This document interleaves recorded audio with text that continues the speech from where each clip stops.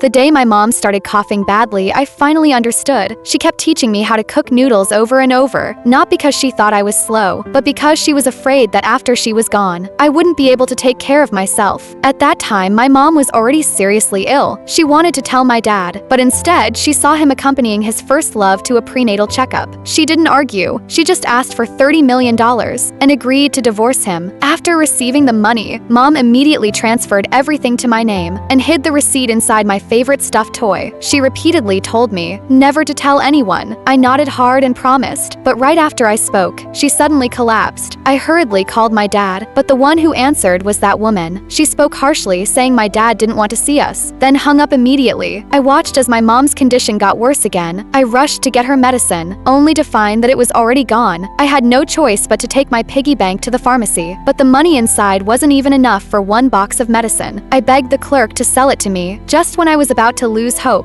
a kind elderly woman helped me. I ran back home, following what my mom had taught me, trying to help her take the medicine, but she never responded again. I thought she was just too tired, so I held her and slept beside her all night. The next day, a neighbor noticed something unusual and contacted my dad. Came with that woman. She said my mom had left. I didn't believe it. My dad quickly asked bodyguards to take her away. I stood there helplessly, crying. The hospital. I accidentally heard someone say that there was a deity living in the mountains who could bring people back. So I secretly took my mom to that mountain, but the weather was too hot. I couldn't hold on any longer and soon lost consciousness. In my dream, I met that deity. He said he could bring my mom back, but I would have to pay a price. I agreed without hesitation. When I woke up, I was in the hospital. My dad and that woman took me home. 'Cause of work, my dad soon left on a business trip. After he left, that woman started treating me like a servant. I didn't dare to resist. Night, I was so hungry I couldn't bear it anymore. I ran barefoot onto the street, asking for help, but no one was willing to help me. I stood there in despair, when suddenly a truck rushed toward me. That very moment, my mom suddenly ran over and held me tightly. Later, I realized the deity had granted my wish, but my mom didn't seem to recognize me anymore.